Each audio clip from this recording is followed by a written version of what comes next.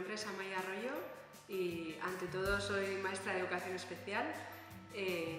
Luego me fui especializando un poco en la aplicación de las TIC o la tecnología digital en la educación y recientemente, en julio, he defendido ya mi tesis doctoral sobre competencia digital, entornos personales de aprendizaje y entornos organizacionales de aprendizaje.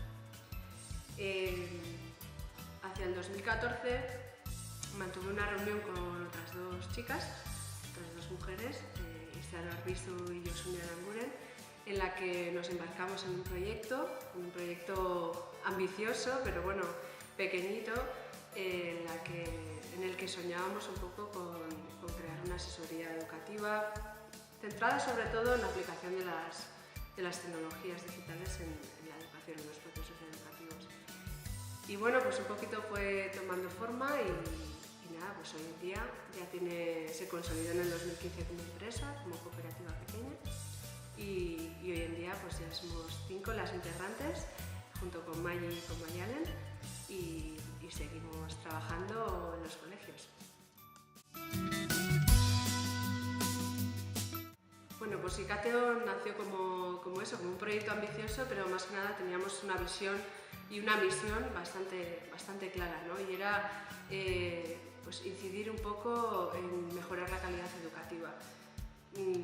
La calidad educativa se puede entender de muchas maneras, quiero decir, es un concepto muy amplio, pero nosotras creemos que las tecnologías digitales hoy en día pues, pueden suponer una palanca para producir un cambio, ¿no? Un cambio necesario en el ámbito de la educación. Entonces, nuestra verdadera misión es ayudar a fomentar esa calidad educativa y para eso utilizamos las tecnologías digitales.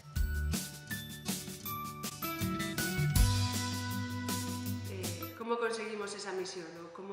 ¿Cuál es nuestro procedimiento? Pues ante todo lo que hacemos es poner el foco en el ámbito pedagógico. Es verdad, cuando hablamos de tecnología se nos suele ir un poco la vista al cacharreo, ¿no? a la parte más instrumental de lo que es la tecnología, las aplicaciones y todo eso. Pero nosotras creemos que la pedagogía tiene que estar por encima de ese nivel instrumental, entonces nuestro foco es siempre pedagógico. Junto con eso tratamos de personalizar nuestra formación.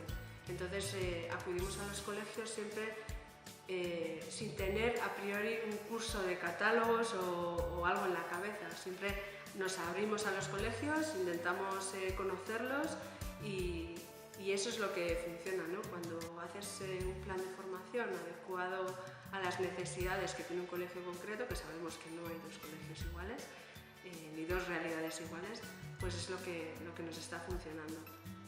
Y entonces, con ese foco pedagógico y con esa personalización intentamos crear espacios de aprendizaje, espacios en los que el profesorado se sienta cómodo para experimentar, para coger esa confianza que a mucha gente le falta, ¿no? Con respecto a las tecnologías digitales y desarrollarse profesionalmente, personalmente también, pero sobre todo desarrollarse profesionalmente. Entonces, nuestra manera de hacer, nuestro diseño instruccional, por así decirlo, responde a la DIE, ¿no? que al final lo que hacemos es analizar la situación, analizar el contexto en el que vamos a participar, diseñamos un plan de formación que siempre se adapta, se negocia, se mira, se remira, se rediseña, pero bueno, al fin y al cabo es la manera de adaptarnos.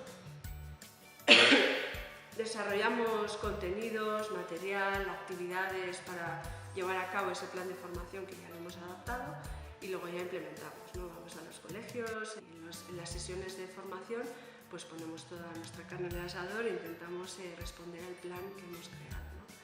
Y no solo nos quedamos ahí, sino que cuando ya implementamos, terminamos todas las sesiones formativas, evaluamos el proceso, evaluamos tanto lo que se ha aprendido por parte del profesorado como el proceso, porque es importante aprender de lo que hemos hecho bien y también de lo que hemos hecho mal. Entonces, esa es nuestra manera de hacer, intentamos ser fieles para ir mejorando poco a poco.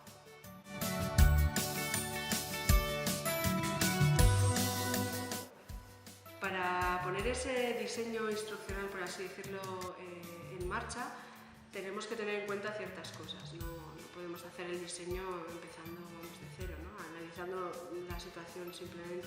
Debemos de tener en cuenta, muy importante, la infraestructura de los colegios, las herramientas que tienen los dispositivos. O sea, no podemos ir a enseñar algo o a fomentar algo si realmente no tienen recursos para ponerlo en marcha, ¿no? Por eso es tan importante analizar la realidad de los colegios, porque si no nos quedamos lejos de su realidad y nuestra formación no sirve para nada.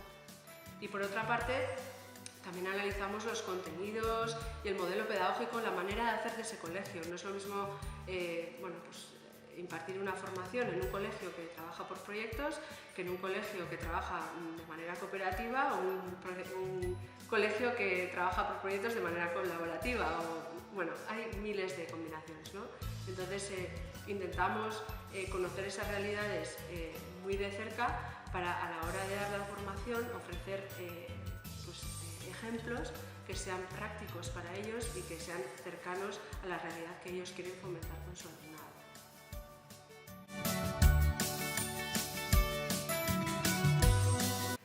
Con todo esto que hacemos, lo que queremos impulsar es sobre todo la confianza. O sea, creemos que hay que empoderar al profesorado, es muy importante, o sea, tenemos una labor muy importante y muchas veces no se valora, ¿no? Entonces, mucha gente tiene perdida esa confianza, ¿no? Y cuando hablamos de tecnología digital aún más, entonces tenemos que intentar avivar esa llama, ¿no? Esa confianza que todo el mundo debería tener a la hora de utilizar herramientas, da igual que sean tecnológicas o no.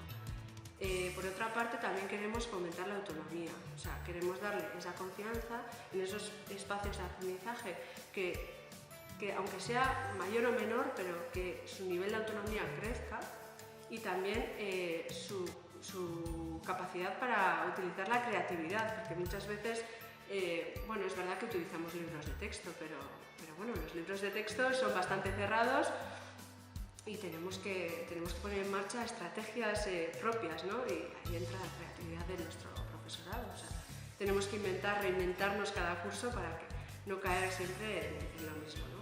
Y para atender a la diversidad de nuestro alumnado. Entonces, la confianza, la autonomía, la creatividad y al fin y al cabo también el trabajo en equipo, porque muchas veces los profesores y las profesoras trabajan casi en solitario, ¿no? Entonces, ¿cuánta fuerza estamos perdiendo por no trabajar en grupo? Con todo esto, creemos firmemente que contribuimos a dos cosas principalmente. Por un lado, creemos que ayudamos en el desarrollo de la competencia digital del profesorado, en todo su esplendor, quiere decir, no nos reducimos solo a la creación de contenidos digitales, sino entendemos todo el marco DICHCOM y todo lo que ello implica e intentamos suscitar las 5 áreas. Y por otra parte, los entornos personales de aprendizaje de nuestro profesorado, porque bueno, a medida que les ayudamos a conocer más herramientas, que entienden que se puede trabajar de otra manera, otras conexiones, otras actividades, pues creemos que o queremos contribuir a ese enriquecimiento, ¿no? Entonces, pues bueno, ahí está la competencia digital, están los entornos de aprendizaje, los entornos personales de aprendizaje y bueno, pues intentamos seguir trabajando para poder ayudar y fomentar esa calidad educativa que es lo que